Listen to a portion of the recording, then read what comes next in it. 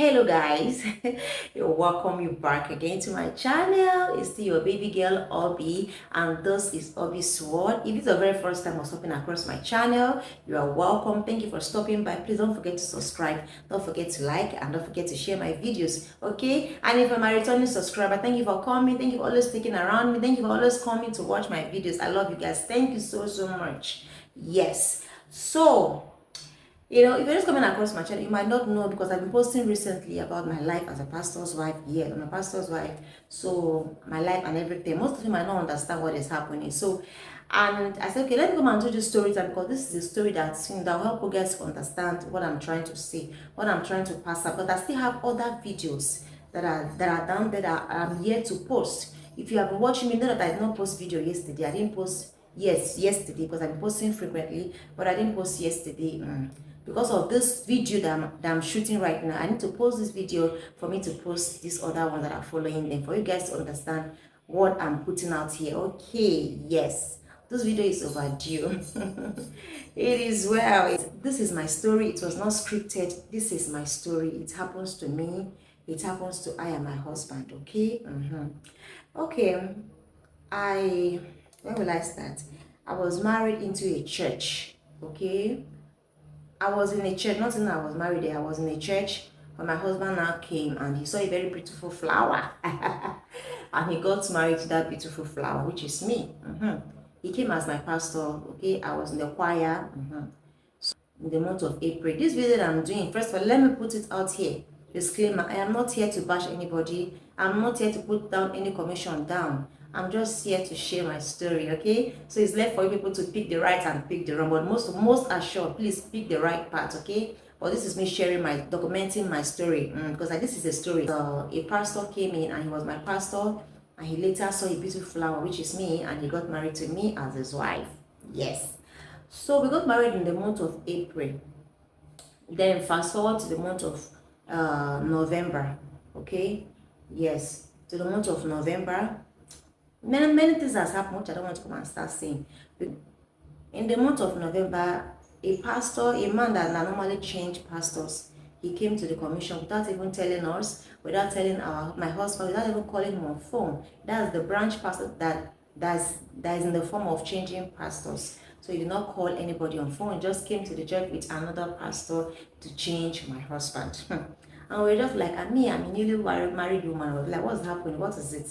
No phone call. At least call us. Let us know that you are coming to this branch. At least so that we'll be aware of what is happening. Nothing. We just came to the church and we were doing the service before we already saw him. Well, when we came into the church. I mean, what that means, he came since yesterday. So when he came to the church, he met us. We came in the church, we met ourselves in the church there. After my husband has finished preaching, then he now climbed the pulpit and he now said, hey, my husband don't know that this is the last preaching that he is going to be giving to the church today. Okay, guys, that's why my husband has been transferred just like that. I don't want to start saying what happened that day in the church, but the Lord happened. People were crying, people wept. People were crying a lot. A lot happened that day. They were crying that the church scattered. I couldn't tell. It didn't know that somebody even fainted in the church. That somebody fainted just like that. Because these people, they were there. They were just like people that they were. That's a broken house. That when you go into that place, you mend the house, you build everybody, try to make their house to come back because of what they have faced from other people. You understand? Other pastors that have been there. So this is a man that will go to a place and build that place, and bring love among everybody, and they are moving along, and you just come and remove them from that, from what they are enjoying. It was so devastating. It was so painful. So the church was crying, everybody was just crying.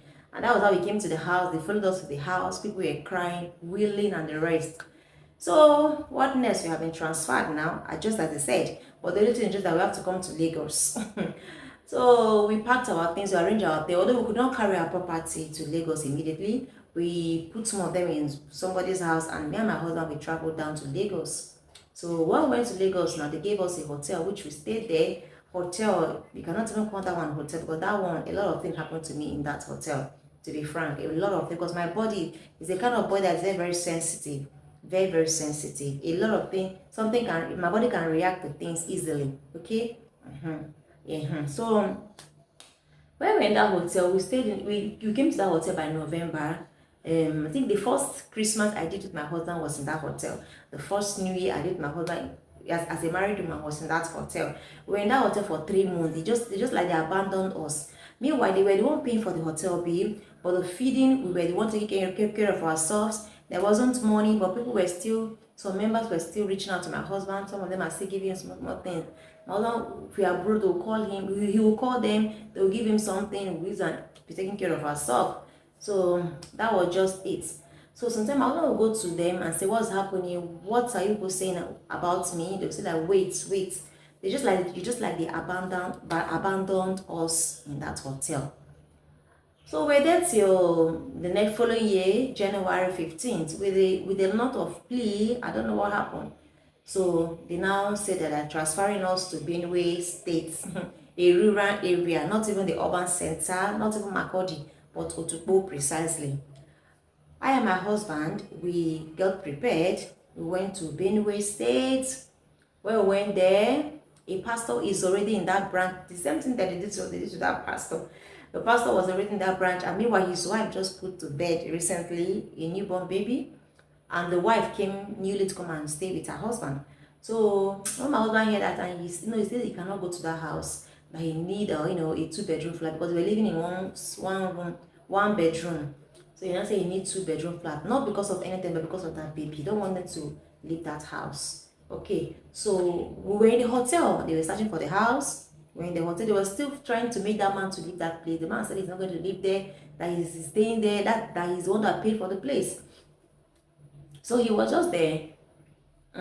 So I and my husband were in the hotel for how many months? I think we came the month of January 15th. We were there till March. That was when we now got house. Before we fast forward, we now came to our house. We started moving, okay? And meanwhile, we came to that church again. The church is a broken church. That's the truth. A scattered church. The church it just scattered. Whereby somebody, you and your neighbor now will be praying, and you'll be praying, saying, die. You someone will say, all my enemies die. I mean, while your enemies is in the church, the person that you're praying against is in the church. So that means you guys is going to bury a lot of people in that church. Yes. So when my husband saw that, testimony was nothing was happening, he said, no, that God now told him that we need to pray, we need to ask for forgiveness. So he now preached and he encouraged them. Before church started coming together. People were coming together, life were coming together, union was coming together. We're just loving ourselves. Okay? People that could not greet themselves, they started greeting themselves. During December time, we share rice in the church. The love, everything was just coming together. Before the enemy now sets in. The enemy sets in is a story that I'm going to be sharing on the streets. Yes, as a pastor's wife, what happened to me, but I'm not going to share that one right now. So when the enemy now sets in, a lot happened to me precisely. So information now reached the church, and okay, before I get to that place, that's what happened that time. This church that they transferred us to is a rented church. So by the help of God, that was during COVID-19, 2019. Yes, so my husband were just there, the landlady of the place. She now said that this church that she has sold it to somebody, although the person has not finished paying. So my husband said we would love to buy it. Meanwhile, the house was 5 million. So meanwhile, they have already paid 1.5 million for that compound. My husband said, please, we need to get it. So the woman now saw me, she fell in love with me, and I don't know what happened. I believe God did it. So she now went to meet those people that have paid money to her. She carried their money and gave it to them and collected her own money. Just see what God can do. She refunded them their money and collected our own, because we have paid to her 1.5 million before. She collected our 3 million, which was 5 million. That was how this church acquired that place as their own. Okay, before what happened. And they have already fenced the compound just for them to mount gates. They came up again to transfer us again. All these things are happening between, let me say, within 1 year. 1 year for us to start, relaxing, start getting the benefit as a pastor. People that have worked, the time will come to just remove us to another branch. Okay, now fast forward now. Well, so this time around, they did not do say the church will know. They didn't do it like that. We just called I and my husband that we are coming to Lagos. Sorry guys, rain is falling, so you guys might be hearing any kind of noise, okay? So they now called us that we are coming to Lagos. I and my husband went to Lagos. So we came to Lagos like Monday. Tuesday, we were transferred to Abakaliki, which is a boy state, guys. Oh my God.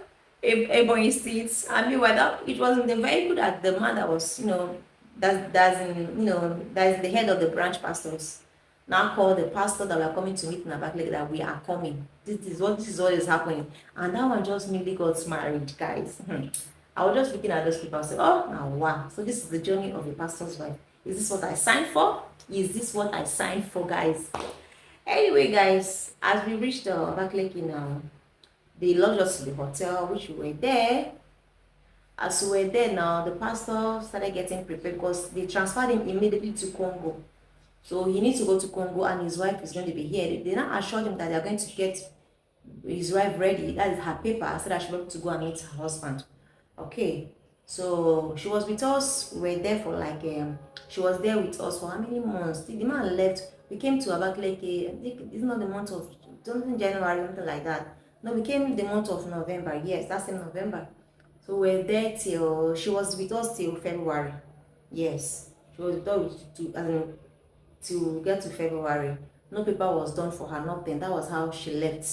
She went back to Lagos, nothing. Their own story is another thing. I don't want to say anything about that. So that church now, the church is a broken church. Seriously, even this pastor that we came to meet there, he was still trying to bring the church together. He was just there for like 6 months before they transferred him to Congo. We're just trying to bring the church together before we now came. We started where he stopped. We're just trying to bring the church together. That church, that one is the worst. It has been scattered. The pastors will come there, will come and mess the place up and the rest. I don't want to start going into details, guys. So and my husband now came there, started bringing the church together. So it now made him was not able to go to headquarters because as the pastors, they normally go to headquarters every end of the month, okay, to go and celebrate the end of the month with their father. So he made my husband, he not normally travel again because sometimes you have money, people will come and cry. You have to give because as a pastor, you have to give. We give. That is our life. We give, okay? Even though we don't have enough, we give. So people will come and cry to him. He will still give. Me too. I started learning. I started giving too. And coupled with the fact that my husband fell ill in that church, in that place very, very well. He was so ill. Even they said that malaria and typhoid was really, really affecting him. Yes, they will give him drip. He will not be able to travel. Okay? Him and one of his colleagues then, both of them, there was a time both of them fell sick the same time. That one even video himself and showed to my husband. Sorry, that guy is late now because he died, okay? He died. Although my husband nearly died. Seriously, he nearly died. There was a time the fever, I don't know, the fever got to his chest that he could not breathe. He was just screaming like a baby. There was one man in the church that came and brought drip, put him on bed rest. Guys, don't you God. You don't know what happened. So how can a sick man go and travel? He cannot do that. He can't do that. He will not even die on the road because of waiting. There was even a time he took his body, he recovered that day. I think that the next day, which is on Sunday, because that thing that happened to him on Saturday. So he now recovered on Sunday, a little bit, not much. My husband got up and he's going to church. If you see him, you know that he's not fully recovered. His eyes, everything is white. That he's going to church. And even though he would die, let him die in his father's altar. He went to church that day. That's when that man came to church. That's the man that's taking care of him, came to church. The man got scared and the man had to drive back home to go and bring drip in case of anything. Seriously, and God did what he did for that. Fast forward to the month of November. That November month here. Anyway, I have prayed against that month of November. That month of November carry a lot of disaster. A lot. But by the grace of God, we have prayed against it and reversed it to, to turn out to something good for us, okay? So the month of November, we started hearing that they want to bring a pastor to our branch. I was just like, and they called the pastor's name. I was just like, which pastor is it? Which pastor is it? So my mom started calling one pastor because that's the name they called.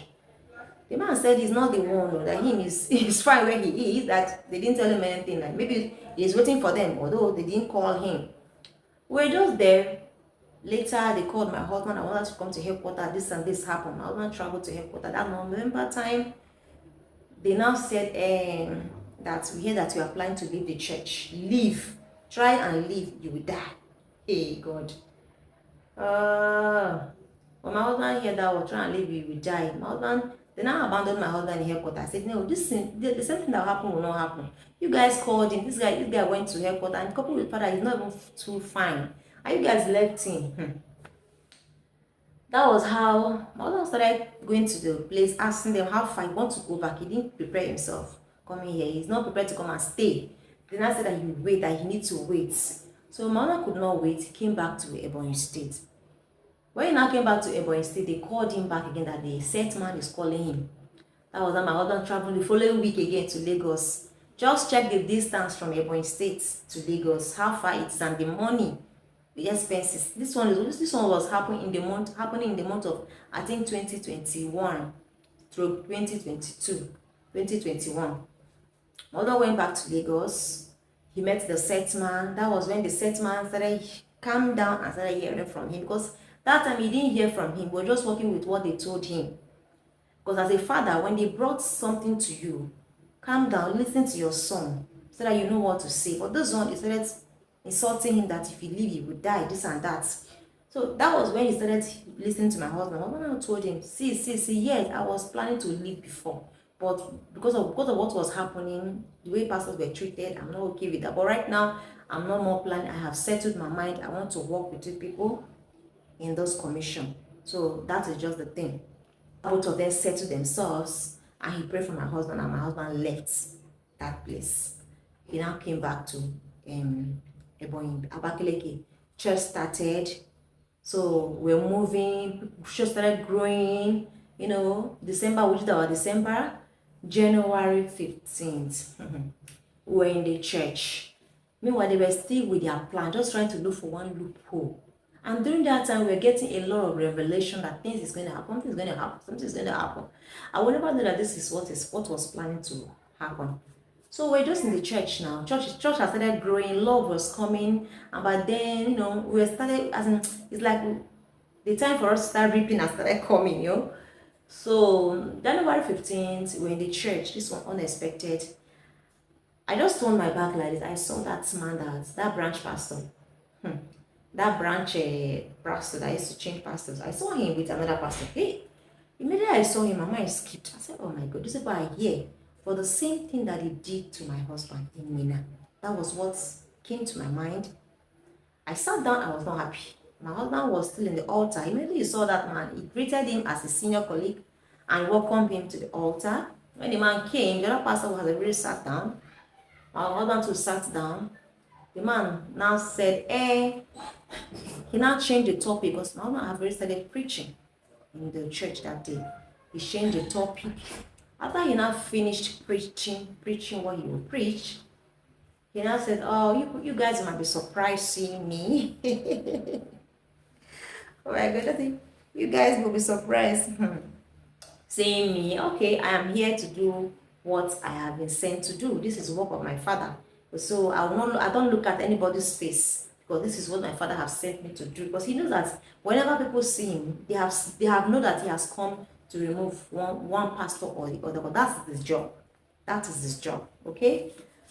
And he don't even care how the people feels. If you're working for somebody, at least look at the people.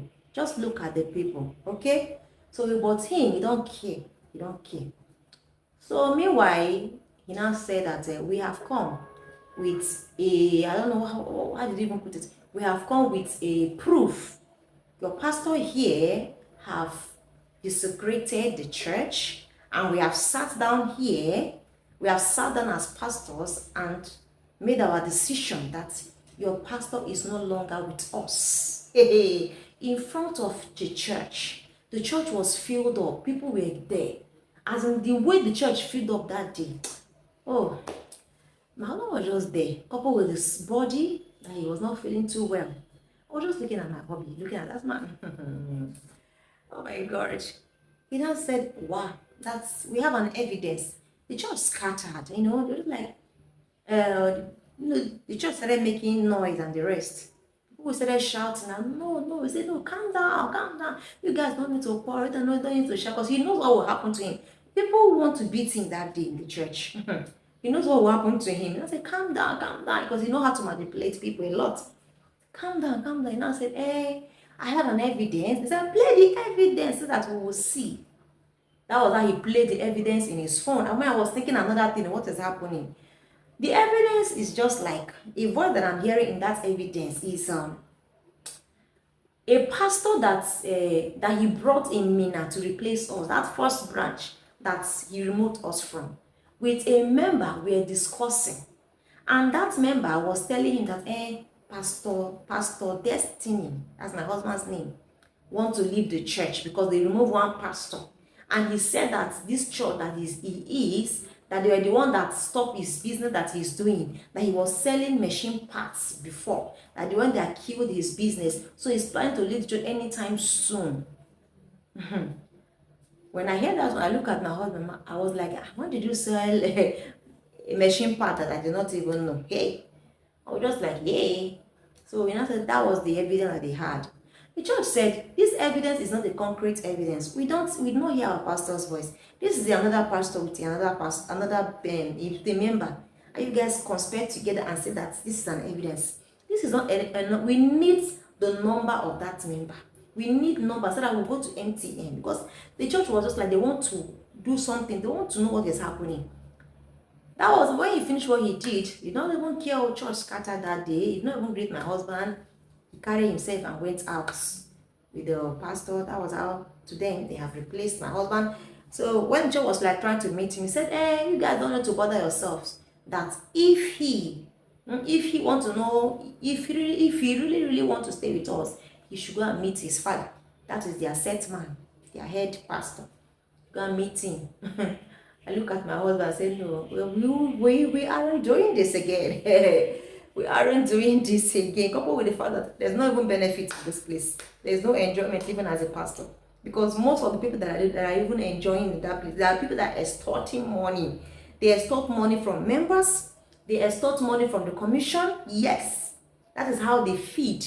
That is how they eat. And that is how they live life. But the genuine ones don't get a lot of money. They don't even get money.